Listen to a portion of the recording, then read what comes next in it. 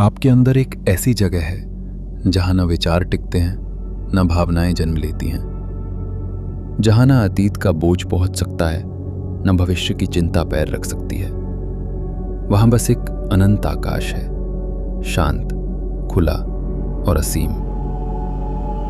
क्या आप तैयार हैं उस जगह को महसूस करने के लिए जहां आप सब कुछ खो देते हैं और फिर पहली बार स्वयं को पाते हैं? लेकिन सावधान, शून्यता कोई कल्पना नहीं, न कोई साधारण रिलैक्सेशन। ये वो दरवाजा है जिसके पार न आपके नाम की पहचान बचती है, न रिश्तों की परिभाषा है, न आपका अहंकार। सब कुछ धीरे धीरे घुल जाता है। यही शून्य का अपवाद है। यहां कुछ भी स्थायी नहीं है। समय भी यहां हार मान लेता है। हो सकता है लगे कि आप बस कुछ मिनट बैठे हैं, लेकिन जब आंखें खोलें घंटे बीत चुके हों और शायद अपने पुराने आप का अता पता भी न मिले। यही शून्य का रहस्य और उसकी सीमा है। ये आपको छोड़ने पर मजबूर करता है, और जब आप सच में छोड़ देते हैं तो एहसास होता है कि आपने कुछ खोया नहीं, बल्कि हर बंधन से मुक्त होकर अनंत को छू लिया है। अब शायद आप सोच रहे हैं, शून्य हो जाना का मतलब क्या है? शून्य का अर्थ सिर्फ खाली हो जाना या नथिंगनेस में खो जाना नहीं है। इसका असली अर्थ और भी गहरा है। शून्य वो जगह है जहां न विचार टिकते हैं, न भावनाएं जन्म लेती हैं, जहां न अहम का बोझ है, न पहचान का भार, न पीछे की यादें, न भविष्य की चिंता।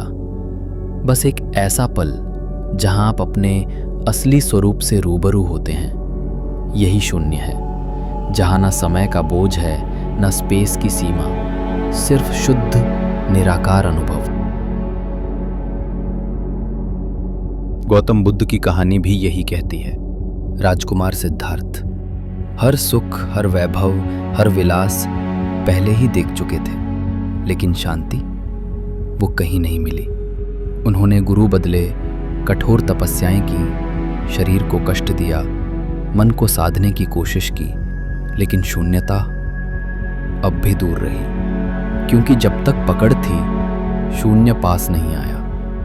असली रहस्य खुला उस दिन जब उन्होंने चाह को ही छोड़ दिया। सबको छोड़ देना ही शून्यता का द्वार बन गया। और सोचिए, अगर वो राजकुमार ना होते जिन्होंने हर सुख सुविधा का स्वाद ले लिया था, तो शायद वो भी हमारी तरह मोह और माया में फंसे रहते। राजसी जीवन ने उन्हें दिखाया सुख में भी खालीपन है, और त्याग ने उन्हें दिखाया कि खालीपन में ही असली सुख है।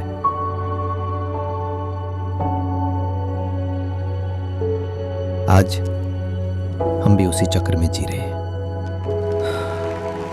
कभी नौकरी, कभी पैसा, कभी वैलिडेशन, कभी रिश्ता। हम सोचते हैं अगर ये एक चीज मिल जाए तो सब पूरा हो जाएगा।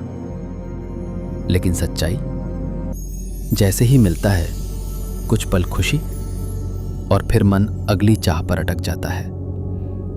यही जीवन का चक्र है। एक इच्छा पूरी होते ही दूसरी जन्म ले लेती है, और यहीं छुपा है शून्यता का रहस्य। कभी कभी किसी इच्छा को पूरा करना भी जरूरी है, क्योंकि जब तक आप उसका अनुभव नहीं करते, मन मानता नहीं कि वो अधूरी है। लेकिन जब सब इच्छाओं का स्वाद ले लिया जाता है, तो आखिरकार एहसास होता है कि कोई भी इच्छा स्थायी शांति नहीं देती। सोचिए, धन है, सफलता है, लोग ताली बजा रहे हैं, और उसी क्षण अंदर से आवाज उठती है, अब भी कुछ अधूरा है। यही पहला संकेत है कि इच्छा से पार जाने का रास्ता शुरू हो चुका है। शून्यता वही है जहां मन रुककर कहता है, अब कोई चाह नहीं बची। और यही इच्छा से पार जाना हमें मुक्त करता है। और अब एक छोटी सी प्रैक्टिस। आंखें हल्की बंद कर लीजिए, रीढ़ सीधी रखें और अपनी सांस पर ध्यान दीजिए। पहली सांस गहरी सांस अंदर लें और छोड़ते हुए कहें, जीवन में जो भी मिलेगा मैं उससे बंधा नहीं रहूंगा। दूसरी सांस, फिर गहरी सांस लें और छोड़ते हुए कहें, हर अनुभव, हर उपलब्धि मैं उससे भी पार चला जाऊंगा। तीसरी सांस, और गहरी सांस लें और छोड़ते हुए महसूस करें, एक दिन मैं हर चाहत और हर सीमा से परे शून्यता को छू लूंगा। यही से आपकी यात्रा शुरू होती है। आपकी जिंदगी में कौन सी इच्छा है जो पूरी होने के बाद भी अधूरी लगे? नीचे कमेंट में लिखें।